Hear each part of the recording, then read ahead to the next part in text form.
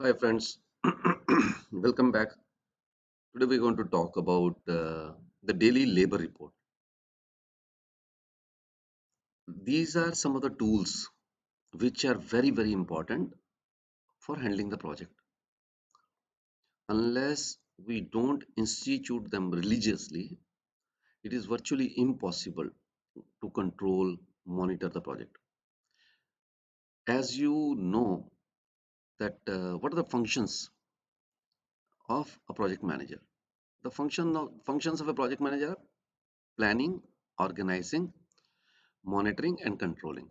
That has been the traditional definition of functions of a project manager. Now, with uh, latest theories, the functions of project managers are defined as planning, organizing, monitoring, and leading. So, we can always have slight variations the way these are handled. Now, your job is you have planned the project, you have organized the project, and you have to monitor and control the project. For monitoring and controlling the project, this is one of the very important monitoring and controlling tool. Unless you implement this tool, you will not be able to monitor and control the project. Now let's understand what are the what are the objectives of having a daily labor report, what we call as DLR, daily labor report. The first objective is to capture the details of labor employed at site. We should know how many workers are working at our site, which workers are working at site, which gang has provided how many people they are working. So basically to capture the details of labor that has been employed at site. It helps us to manage the statutory compliance. There are many statutory compliances in terms of PF, ESI that we have to manage. And until we don't have details, we won't be able to do it. So next is in terms of when these are there, we have to certify certain bills also. Labor which are like NMR. Uh, NMR is basically nominal must roll. That is daily wage laborers. So daily wage laborers who are employed on project, we have to pay them. For paying them and for making the bills of the contractors who are giving us NMR labor, we need details, day-to-day details. So unless we don't have day-to-day details, how will we control it? The controlling the payments, making payments, if we are making the right payments, all this can be done only if and if we have our daily labor report in place. Next is to monitor productivity. We have to monitor productivity. Like once we have put the labor, once we have daily labor report, then we take it to daily progress report, and then we understand what is the productivity of people. So unless we don't have daily labor report, our daily progress report won't come out, and so consequently we will not be knowing what is the productivity. So it's very important to understand the productivity of project. We must have a daily labor report to help take financial decisions. What happens many times we have given work to the contractors, which is on piece rate. Okay, fine. These many cubic meters, we will pay you say 1,000 rupees a cubic meter for pouring concrete.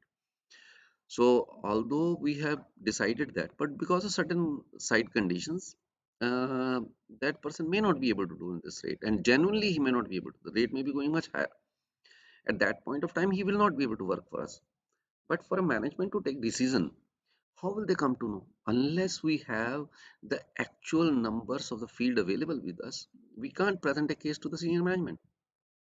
Secondly, take for example, the conditions are so easy that the actual cost is coming only to 400 rupees. So, okay, fine. To one person, we have entered into a contract. But the second contractor that we bring on board, we know how much it is costing. So, we'll negotiate the rate accordingly. And we can go back to this contractor also say, boss, other contractors are ready to work at this rate.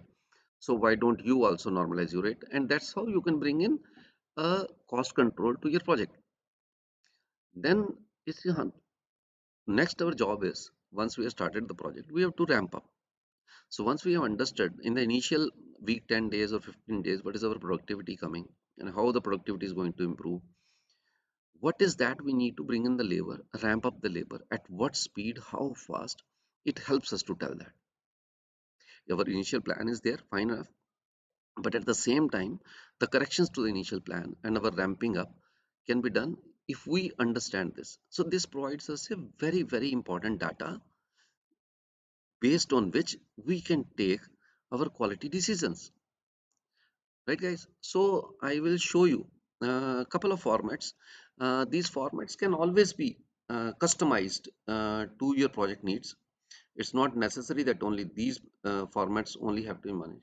So if you look at this particular format, here what he has done is, here is the date, daily labor report, this is the project name, and then you have serial number. This is the labor contractor name. Who are the different labor contractors? What kind of labor? Masons, helpers, female helpers. So we put down these numbers. Say you have more number of different disciplines, like you have fitters, you have bar benders, you have carpenters. You can add more number of columns here.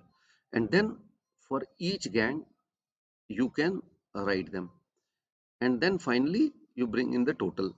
And here in the work description, you can write what work they have been doing and what has been assigned to them. So this is one format of your daily labor report. I will show you another format of daily labor report, which is this one. Just please bear with me. So here you see, here for another project, like you have list of contractors, type of workforce they have, like each contractor, whether a mason, male helper, female helper, this is mason. As you come down, this is a driver, here are the welders and helpers, here electrician, electrical helper, carpenter helpers, and all that. And these are different people who are providing and this gives you on a date basis, like on this date who provided how much and what was the total manpower. So this helps you to have and one sheet for a long duration your daily labor report. There can be different formats, and one format can have a particular level of information, another format can have another level of information. There can be, but more important than the type of format is importance is to implement it, whatever format you want to follow. There can be a third type of format, and depending what your project needs, you can have different types of format. But institute it, put it in place. Unless you don't put it in place, believe me, your project is not going to be successful. This is the first thing. When you reach site, from the first day itself, this has to be in place. Unless you don't have it in place, you will never going to be in the control of the project. And whatever reasons you may give, oh, this was a problem, that was a problem, well, you are not well managed from the day one. You are bound to not be able to control your project. I won't use the term fail here, which may lead to failure of the project, but definitely you have to institute this very, very important tool from day one of the project. What do you need for this? You need a timekeeper. If you don't have a timekeeper, you need to assign duty to somebody of the timekeeping, to some supervisor, or to some engineer, so that this starts getting done without fail. Thank you very much, guys. I want to keep all my videos very brief so that you don't have to spend much time. And in case any question, write in the comments. Whenever I visit those comments, I will answer them. Right? And all those engineers who are in touch with me, they can call me up and seek clarification. Thank you very much. Have a nice day.